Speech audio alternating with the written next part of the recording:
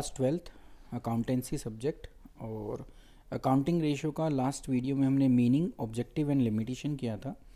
आज उसकी types of ratio में हम लिक्विडिटी और सॉल्वेंसी रेशो को करेंगे कि इनमें कौन कौन सी रेशो इंक्लूड है और उसके अंदर क्या उसकी सिग्निफिकेंस है, क्योंकि क्वेश्चन जो बनता है वो या तो फॉर्मूले के ऊपर बनता है या सिग्निफिकेंस के ऊपर बनता है। तो आज इस वीडियो के थ्रू हम हर रेशो की सिग्निफिकेंस जरूर करेंगे और साथ में ये देखेंगे कि कौन कौन सी रेशो लिक्विडिटी और सॉल्वेंसी में आती हैं। तो चलिए हम शुरू करते हैं अपनी वीडियो के इस पार्ट को। सबसे पहले आती है हमारी लिक्विडिटी रेशो। तो लिक्विडिटी रेशो वो होती हैं जो कैलकुलेट की जाती हैं to measure the short term solvency of the business, I the firm ability to meet its current obligation.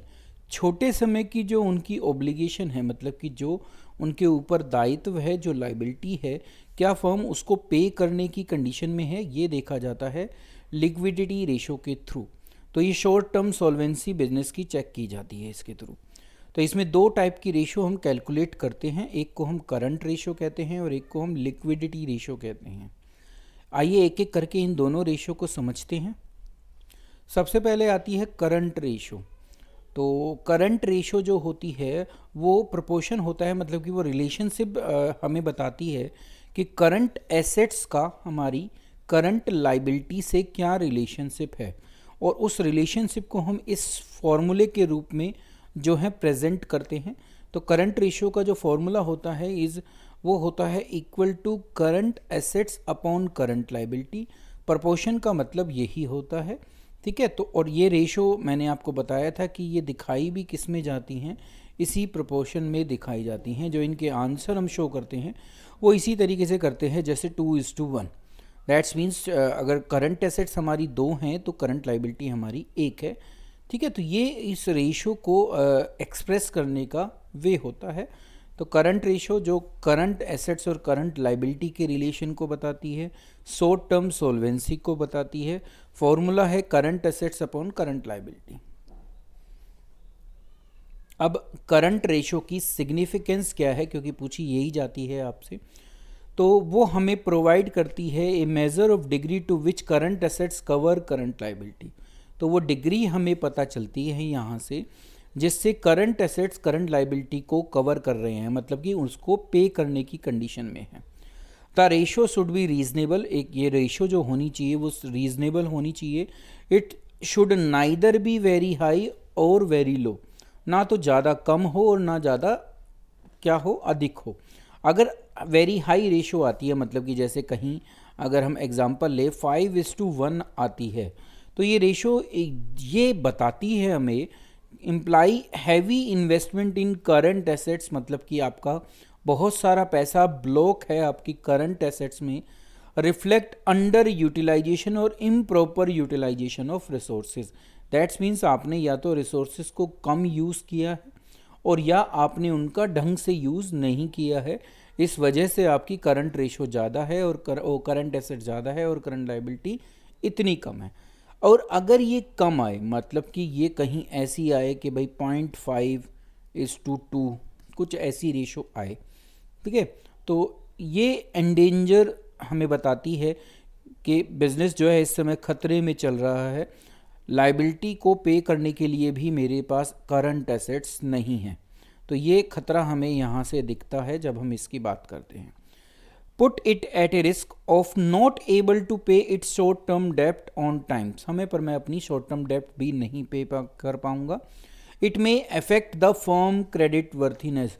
तो जो हमारे सप्लायर होते हैं, अगर वो इस रेशो को देखेंगे इस फॉर्म में, तो वो हमें उधार आगे से सप्लाई नहीं करेंगे। तो एक आइडियल रेशो होनी चाहिए, मतलब कि किस पर एक करंट रेशो हमारी दिखनी चाहिए, मतलब कि इसके आसपास हम कहीं होने चाहिए। तो वो नॉर्मली जो एक रेशो है जिसको हम आइडियल रेशो कहते हैं वो 2:1 है, किसकी, करंट रेशो की। नेक्स्ट रेशो पर चलते हैं, ये है क्विक रेशो। इसका नाम लिक्विड रेशो भी है और इसी को हम एसिड टेस्ट रेशो भी कहते हैं। तो याद रखना, क्विक रेशो के या लिक्विड रेशो के या एसिड टेस्ट रेशो, ये इन 3 नाम हैं इस एक लिक्विड रेशो के, ठीक है। लिक्विड भी कह सकते हैं, क्विक भी कह सकते हैं और एसिड टेस्ट रेशो भी कह सकते हैं। ये क्या बताती है? It is the ratio of quick और liquid asset to current liability. कुछ ऐसी करंट एसेट्स में एसेट इंक्लूडेड होती हैं जो शायद एकदम से जो हैं कन्वर्टिबल नहीं है कैश में। जैसे कोई भी एक्सपेंस है, जैसे कहें हम कि प्रीपेड एक्सपेंस है। अब ये प्रीपेड एक्सपेंस एक ऐसा एक्सपेंस है तो करंट एसेट्स, क्योंकि आपको इसके बदले में सर्विस लेनी है। बट क्या आप इसको कन्वर्ट कर पाएंगे कैश में? तो आंसर आता है नहीं। आप इसके बदले में सर्विस तो ले सकते हैं पर ये कैश में कन्वर्टेबल नहीं है। ऐसे ही एक हमारा होता है स्टॉक। स्टॉक की कौन गारंटी दे सकता है कि उसको आप कैश में कन्वर्ट डेफिनेटली क्विक टाइम में कर लेंगे? मतलब कि अगर आपको कल कैश की ज़रूरत है तो आप स्टॉक को कल बेच देंगे। Is it possible? नहीं। तो ये दो ऐसी आइटम हैं हमारे करंट एसेट्स के अंदर जो या तो कैश में कन्वर्ट ही नहीं हो सकती और या एकदम से नहीं हो सकती। तो जब लिक्विड रेशो या क्विक रेशो या एसिड टेस्ट रेशो निकाली जाती है तो इनको हटा दिया जाता है और करंट एसेट्स में से माइनस कर कर हमें क्विक एसेट निकालनी होती है। नीचे तो लाइबिलिटी ही रहेगी, ठीक है। तो it is calculated to serve as a supplementary check on liquidity position of the business and is therefore also known as acid test ratio. इसीलिए इसका नाम एसिड टेस्ट रेशो भी है, क्योंकि ये बिल्कुल लिक्विडिटी को दर्शाता है एक फर्म की या एक बिजनेस की in during a short period of time या very short period of time. अब फिर सिग्निफिकेंस की बात आती है। तो the ratio provide a measure of the capacity of the business to meet its short term obligation without any flaw. कोई कमी नहीं है या एकदम से, तो वो जो फ्लो थे वो निकाल दिए गए करंट रेशो में या करंट एसेट्स में से। नॉर्मली जो एसिड टेस्ट रेशो है वो 1:1 जो है वो आइडियल मानी गई है, जबकि आप देखोगे करंट रेशो में यही जो थी, जब हम करंट रेशो जिसको मैं CR से डिनोट कर रहा हूँ, इसमें हमने पढ़ा था कि ये 2:1 होती है। बट यहाँ ये जो नॉर्मली सेफ मानी जाती है वो 1:1 मानी जाती है। Unnecessarily low ratio will be very risky, वो रिस्की होगी जैसे वहाँ थी। High ratio suggest unnecessarily deployment of resources in otherwise less profitable short term investment. और अगर ये ज़्यादा है दैट्स मीन्स आपने पैसा जो है एक तरीके से ऐसी जगह पर लगा रखा है जहाँ से आपको ज़्यादा प्रॉफिट नहीं मिलना, तो आपने उस पैसे का मिस यूटिलाइजेशन या कहें कि एफिशिएंट यूटिलाइजेशन नहीं कर रखा। तो ये क्विक रेशो हमें सिग्निफाई करती है। यही दो रेशो हमारी लिक्विडिटी रेशो के अंदर आती है। सेकंड जो टाइप इस वीडियो में है वो सॉल्वेंसी रेशो का है। सॉल्वेंसी रेशो कैलकुलेट की जाती है to determine the ability of the business to service its डेप्ट इन लॉन्ग रन। तो यहाँ लॉन्ग रन के लिए देखा जाता है, शॉर्ट टर्म वहाँ देख रहे थे, यहाँ पर लॉन्ग रन है कि हम डेप्ट को पे करने की कंडीशन में है या नहीं है। तो जब हम ये रेशो कंप्यूट करेंगे तो इसमें ये 4 रेशो इस साल अभी हमारे इस साल के कोर्स में है। डेप्ट equity ratio, proprietary ratio, total assets to dept rate ratio और इंटरेस्ट कवरेज रेशो। तो एक एक करके अब हम इनको समझते हैं। डेप्ट इक्विटी रेशो, तो डेप्ट इक्विटी रेशो मेज़र करती है रिलेशनशिप बिटवीन लॉन्ग टर्म डेप्ट एंड इक्विटी। डेप्ट का मतलब आउटसाइडर लाइबिलिटी एंड इक्विटी का मतलब जो आपकी ओनरशिप लाइबिलिटी है। तो उसको अगर फॉर्मूले के फॉर्म में प्रेजेंट करें तो डेप्ट इक्विटी रेशो जो इक्वल होती है वो लॉन्ग टर्म डेप्ट, जिसको हम नॉन करंट एसेट्स भी कह सकते हैं, वो होती हैं। और शॉर्ट शेयर होल्डर फंड आपको पता ही है, ऊपर आज के समय में अगर हम कंपनी सेक्टर की बैलेंस शीट देखें तो शेयर होल्डर फंड आपको अलग से मिल जाएगा। शेयर होल्डर फंड निकालने का ये प्रॉपर वे भी जो आप जानते हैं कि उसमें 3 हेडिंग होती हैं, share capital, reserve and surplus और share application money pending allotment, जो बहुत कम मिलता है बट ये इसकी एक आइटम है। या आप इसको इस तरीके से भी निकाल सकते हैं कि आपके पास सारी नॉन करंट एसेट्स हैं, उसमें आप वर्किंग कैपिटल प्लस कर दीजिए और नॉन करंट लाइबिलिटी माइनस कर दीजिए, ठीक है। अब वर्किंग कैपिटल का मतलब होता है current assets minus current liability. तो घूम फिर कर अगर आप बैलेंस शीट में देखेंगे तो बचेगा share holder fund he, but question में क्या गिवन है उस हिसाब से हमें इसको निकालना होता है।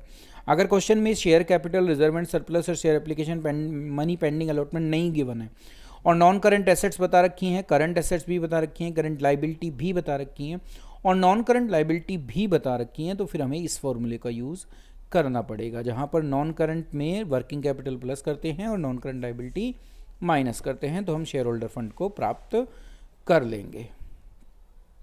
आगे चलते हैं और इसकी सिग्निफिकेंस देखते हैं।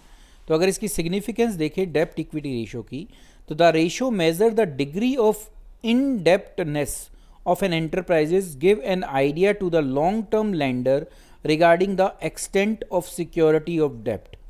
तो यहाँ से हमें ये पता चलता है कि हमारी डेप्ट के ऊपर क्या डिपेंडेंसी है और क्या जिन्होंने भी हमें उधार दे रखा है, जो लेंडर्स हैं हमारे, क्या वो सिक्योर अपने आप को फील करते हैं इक्विटी के पॉइंट ऑफ व्यू से।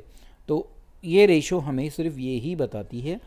तो ये इसकी भी एक आइडियल रेशो है, जैसे करंट रेशो की थी, लिक्विडिटी रेशो में लिक्विड रेशो की थी। तो ये रेशो 2:1 कहलाती है, मतलब कि आपकी अगर आपकी डेप्ट 2 है तो आपका शेयर होल्डर फंड जो है वो 1 होना चाहिए।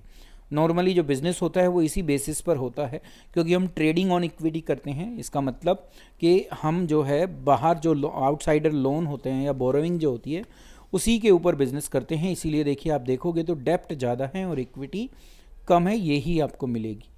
जितनी ये लो जाएगी, मतलब कि 2:1 से जितना ये लो जाए, वो ये रिफ्लेक्ट करता है कि आप ऑब्वियसली है अब वो ज़्यादा सिक्योर होगा, क्योंकि आपकी डेप्ट कम होती चली जाएंगी। ठीक है, तो इक्विटी शेयर होल्डर के पॉइंट ऑफ व्यू से ये बहुत अच्छी बात है। बट अगर रेशो ज़्यादा है, मतलब कि ये 3:1 है या 4:1 है, तो इस consider risky as it may put the firm into difficulty in meeting the obligation of outsider. बाहर वालों की जो ऑब्लिगेशन है उसको पे करना आपके लिए मुश्किल हो जाएगा। इवन जो इंटरेस्ट होता है वो पोर्शन भी निकाल पाना मेरे लिए मुश्किल काम हो जाता है। जो भी लैंडिंग हमने जो भी उधार ले रखा है, चाहे वो डिवेंचर में हो, किसी भी फॉर्म में हो, तो ये हमें यही बताती है कि ज़्यादा हाई नहीं होनी चाहिए। लो हो जाएगी तो आपको कोई प्रॉब्लम नहीं है, इक्विटी शेयर होल्डर चाहते भी इसको लो ही हैं, पर आइडियली जो बिजनेस चलता है वो 2:1 की रेशो पे चलना चाहिए। नेक्स्ट रेशो की तरफ चलते हैं, तो ये है टोटल एसेट्स टू डेप्ट रेशो। तो ये रेशो बताती है कि आपकी टोटल एसेट और डेप्ट के बीच में क्या रिलेशन है। तो ये आपको बताते हैं कि कवरेज ऑफ लॉन्ग टर्म डेप्ट बाय एसेट, टोटल एसेट क्या लॉन्ग टर्म डेप्ट पे करने की कंडीशन में, इक्विटी तो मालिक है, जो शेयर होल्डर फंड है वो तो मालिकों का है, तो मैं उसको पे कर पा रहा हूँ नहीं कर पा रहा हूँ वो एक इतनी बड़ा मैटर नहीं है, पर मैं कम से कम अपने लॉन्ग टर्म डेप्ट को पे कर पाऊँ, ये बहुत ज़रूरी है। और जो आउटसाइडर हैं वो इसको ज़रूर देखते हैं कि क्या फर्म की टोटल एसेट्स इस कंडीशन में है कि वो हमारा आउटसाइडर डेप्ट जो है उसको पे कर पाएंगे। तो इसी को कहा जाता है टोटल एसेट्स टू डेप्ट रेशो, और इसी के बेस पर हम डिफरेंट काइंड ऑफ जो पॉलिसीज़ हैं उनको फ्रेम करते हैं। टोटल एसेट्स टू डेप्ट रेशो क्या सिग्निफाई करती है? The ratio primarily indicate the ratio of external fund, जो बाहर का पैसा है, in financing the asset and the extent of coverage of their डेप्ट आर कवर्ड बाय एसेट। तो कितनी एसेट को फाइनेंस किया गया है एक्सटर्नल फंड के द्वारा, ये बताती है। दूसरा, क्या वो उसको कवर कर पा रही हैं उस डेप्ट को, ये बताती हैं। Higher the ratio indicate the asset have been mainly financed by owner fund. अगर ये रेशो ज़्यादा आती है, मान लिया 3:1 या 4:1 आती है, तो इसका मतलब ये है कि आपने जो एसेट ले रखी हैं, क्योंकि देखिए टोटल एसेट्स टू डेप्ट रेशो है, बट अगर आप इसका फॉर्मूला देखेंगे तो टोटल एसेट्स ऊपर हैं और डेप्ट क्या है, नीचे हैं। तो इसका मतलब ये है कि आपके पास टोटल एसेट 3 रुपये की हैं और आपका 1 रुपया सिर्फ डेप्ट में लगा है, तो इसका मतलब 2 रुपये कहाँ से आए हैं, इक्विटी से। तो आपने ओनर फंड से, मतलब कि इक्विटी शेयर्स क्या कर रखी हैं, एसेट को क्या कर रखा है, बाय कर रखा है। Long term loan is adequately covered by asset and vice versa. इसका मतलब जो डेप्ट हैं वो कवर कर रखी हैं एसेट ने। तो हायर रेशो ये इंडिकेट करती है, जितनी ये लोअर साइड पे जाएगी इसका मतलब आपने जो भी एसेट परचेज कर रखी हैं वो आपके बाहरी उधार के ऊपर बेस्ड हैं, तो उससे थोड़ा बचने की कोशिश हमें करनी चाहिए। नेक्स्ट आती है प्रोप्राइटरी रेशो।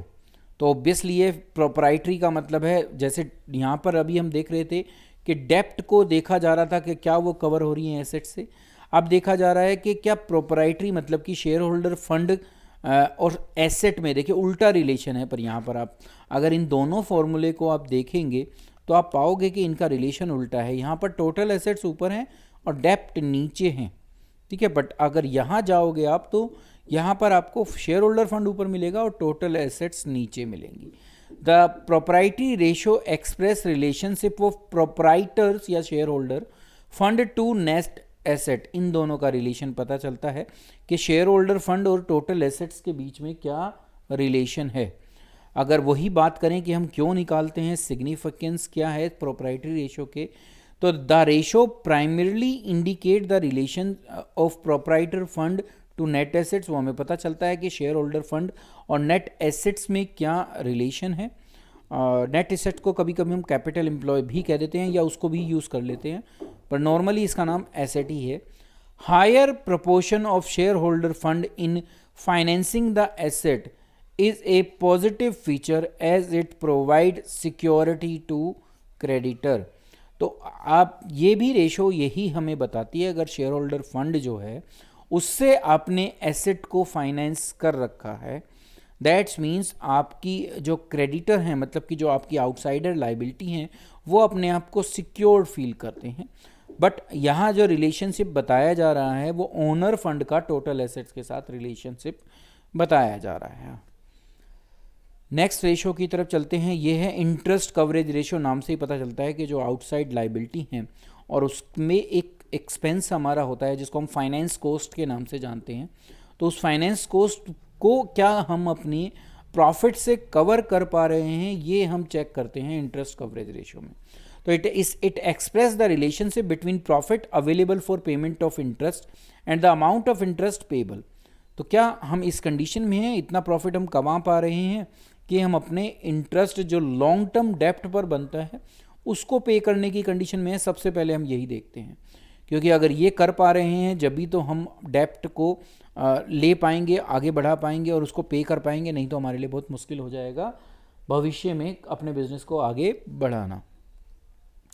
तो सिग्निफिकेंस भी अगर देखें तो यही बताता है, it reveal the number of time interest on long term डेप्ट is covered by the profit available for interest. क्या प्रॉफिट कितने ज़्यादा है कि वो इंटरेस्ट को कवर कर पा रहा है। नंबर ऑफ टाइम्स का मतलब है मल्टीपल कितना है।